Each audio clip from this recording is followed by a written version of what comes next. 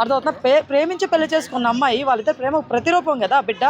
ఇలా చంపబుద్ధి అయింది నా కొడుకు, నాకు అర్థం కావట్లేదు. ఆడబిడ్డకి ఏమన్నా కష్టం వస్తే ఒప్పుకునేది లేదని ఈ రోజు కష్టం వచ్చిందన్న ఒక పాప అక్కడ ఏమంటే ఒక నిండు గర్భిణి ఇద్దరు మన ఏపీలోనే జరిగింది. థర్డ్ డిగ్రీలు ఉంటాయి కదా పోలీసుల దగ్గర, అవన్నీ చూపిస్తా ఉన్నాడు. తిండి పెట్టే థర్డ్ డిగ్రీలు చూపించండి పోనీ. ఇప్పటికి వైష్ణవిదే ఇంకా ఆ కేసే కొలిక్ అవ్వలేదండి, ఒక ఒక ఒక ఇదికి రాలేదు. ఈ లోపలే మళ్ళీ అపర్ణని నిన్న అపర్ణ అండి, ఈరోజు మళ్ళీ ఒక చిన్న పాప మార్కాపురంలో వాళ్ళ కన్న తండ్రి చంపేశారు. ఎందుకురా అని అంటే ఆయనకేదో ఎఫ్ఐఆర్ ఉందంట, వాళ్ళ అమ్మకి ఎక్కడో చెప్తుందో, ఈ పాపకు తెలుసంట ఆయన ఎఫ్ఐఆర్ గురించి, వాళ్ళ అమ్మకి ఎక్కడ చెప్తుందో అని చెప్పేసి ఆ పాపను కూడా చంపేశాడు. ఎంత దారుణం చెప్పండి, ఇంత దారుణం. ఈ నా కొడుకులకి ఏం జరుగుతుంది చెప్పండి. నేను ఒక అబ్బాయిని అనట్లేదు, అమ్మాయిలు కూడా ఉంటున్నారు కదా. మన కన్న తల్లిదండ్రులకే అమ్మాయి టాబ్లెట్స్ ఇచ్చేస్తుంది, లేకపోతే ఇంకోటి ఇచ్చేస్తే చంపేస్తుంది. ఎటుపోతుంది సమాజం నాకైతే అర్థం కావట్లేదు. చాలా వరస్ట్గా అయిపోతుందండి సమాజం, అసలు చాలా వరస్ట్గా ఉంది. అసలు 9 నెలలు నిండు గర్భిణీ అమ్మాయి 10 రోజుల్లో డెలివరీ అవ్వబోతుందంటే వాడు అందులో ప్రేమించి పెళ్లి చేసుకున్న అమ్మాయి, అర్థమవుతుందా? ప్రేమించి పెళ్లి చేసుకున్న అమ్మాయి వాళ్ళిద్దరు ప్రేమ ప్రతిరూపం కదా బిడ్డ. ఇలా చంపబుద్ధి అయింది నా కొడుకు, నాకు అర్థం కావట్లేదు. అదేమన్నా మాట్లాడితే వాళ్ళే లొంగిపోయి శనికావేశంలో అంటారు. శనికావేశం ఏంటి? మీరు ప్రీ ప్లాన్ మర్డర్ చేసేసి శనికావేశం అంటారేంటి మీరు? నాకు అర్థం కావట్లేదు. అలా చేయకూడదు కదా మరి. ఈ మధ్యకాలంలో ఇలాంటి ఘటనలు అనేవి ఎక్కువగా అయిపోయాయి కదా, ఎందువల్ల అంటారు? ఎందువల్ల ఏముంది, శిక్షలు కరెక్ట్గా లేవు కాబట్టి అవుతున్నాయి. ఒకడికి గట్టిగా ఒక శిక్ష వేసి వీడియో తీసి బయటకు పెట్టండి. ఏ నా కొడుకని ముందుకు వస్తాడా, లేకపోతే ఏ నా కూతురని ముందుకు వచ్చిద్దా?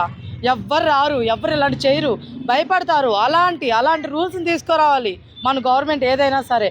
కొంతమంది అంటున్నారు గవర్నమెంట్కి సంబంధం లేకపోతే గవర్నమెంట్ ఎందుకు మనం మాట్లాడడం, గవర్నమెంట్నే మాట్లాడతాం, ఇంకెవరిని మాట్లాడతాం మనం? ఏమైనా జరుగుతుంది మనకి, పోలీసులు అడుగుతాం, గవర్నమెంట్ అడుగుతాం. అవునా? పోలీసులు వాళ్ళ పని వాళ్ళు చేస్తున్నారండి. వాళ్ళు ఇక్కడ సంఘటన జరిగిన వెంటనే ఎలా జరిగింది, ఎందుకు జరిగింది, వాళ్ళ పని వాళ్ళు చేసి చెప్తున్నారు మీడియా వాళ్ళకి. దాని తర్వాత ప్రొసీజర్ ఎవరు తీసుకోవాలి? గవర్నమెంట్ అనేది కదా. ఇప్పుడు వాళ్ళని రూల్స్ మారిస్తే ఆటోమేటిక్గా వీళ్ళు కానీ శిక్ష వేస్తారు. వీళ్ళు మార్చరు, వీళ్ళు మారరు. మేమేందంటే పిచ్చోలాగా రోజు ఇట్లా వీళ్ళ గురించి దిగులు పడుతూ బాధపడుతూ ఇట్లాగా మా పాటికి మేము ఇట్లా మాట్లాడుతూ ఉంటున్నాము. కానీ ఏమీ లాభం లేదండి, దీనివల్ల ఏమీ లాభం లేదు. మేము పోరాడి గొంతు నొప్పి వస్తుంది తప్ప ఎవ్వరు చలనం లేదు. ఇప్పుడు అదే అండి. ఇప్పుడు ఇక్కడ అంటే సరే అనుకున్నానండి, తెలంగాణ ఓకే అని ఏందో మనకు తెలియదు, రేవంత్ రెడ్డి గారి గురించి అందుకు నాకు తెలియదు. బట్ ఏపీలో చంద్రబాబు నాయుడు గారు మా పవన్ అన్న అని చెప్పుకున్నాను. ఒక పక్క మళ్ళీ అన్నారు, బాధ వేస్తుంది నాకు. పవన్ అన్న మీరు అప్పుడు ఒక మాట అన్నారు రాజకీయంలో రాకముందు, నేను మీ ఫ్యాన్నే, యాంటీ ఫ్యాన్ కాదు, అస్సలు కాదు, ముందే చెప్తున్నా, యాంటీ ఫ్యాన్ కాదు, మీ ఫ్యాన్ని. కానీ క్వశ్చన్ చేయాల్సి వస్తుంది ఇప్పుడు. అంతకుముందు మీరు అన్నారు రాజకీయాల్లో రాకముందు ఆడబిడ్డకి ఏమన్నా కష్టం వస్తే ఒప్పుకునేది లేదని. ఈరోజు కష్టం వచ్చిందన్న ఒక పాప అక్కడ ఏమంటే ఒక నిండు గర్భిణి ఇద్దరు మన ఏపీలోనే జరిగింది. ఇంతవరకు దాని గురించి ఏమి రిపోర్ట్స్ లేవు, మనకి బయటకు రాలేదు. వాళ్ళు ఏం చేయలేదు. చాలా బాధాకరంగా ఉంది అన్న. దీని గురించి ఒక్కసారి రియాక్ట్ అయితే మాత్రం చెప్తున్నా, కొంతమంది ఎదవలు మాట్లాడుతున్నారన్న మీ గురించి.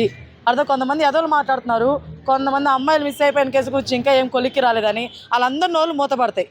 కనీసం ఇప్పుడు ఈ సిచ్యువేషన్ ద్వారా అయినా సరే ఎన్ని నోళ్ళు మూతపడతాయి. అవి మూతపడాలంటే దీంట్లో రియాక్ట్ అవ్వండి, అది నేను కోరుకుంటున్నాను. గవర్నమెంట్ ప్లీజ్ రియాక్ట్ అవ్వండి ఇలాంటి ఇష్యూస్ గురించి. ఎందుకంటే వీళ్ళకి ఏంటో అది ఒక పిట్టలు కాల్చినట్టు కాల్చుకుంటూ వెళ్ళిపోతున్నారు. వాళ్ళ మనుషులు, అందులో నిండు గర్భిణీలు, కడుపుతో ఉన్న వాళ్ళని కూడా చంపేస్తున్నారంటే ఎటుపోతుంది మన సమాజం? ఆలోచించండి దయచేసి, దీని గురించి రియాక్ట్ అవ్వండి. ప్రతిరోజు చెప్తానండి రియాక్ట్ అవ్వండి అని చెప్పేసి, కానీ ఏం లాభం లేకుండా పోతుంది.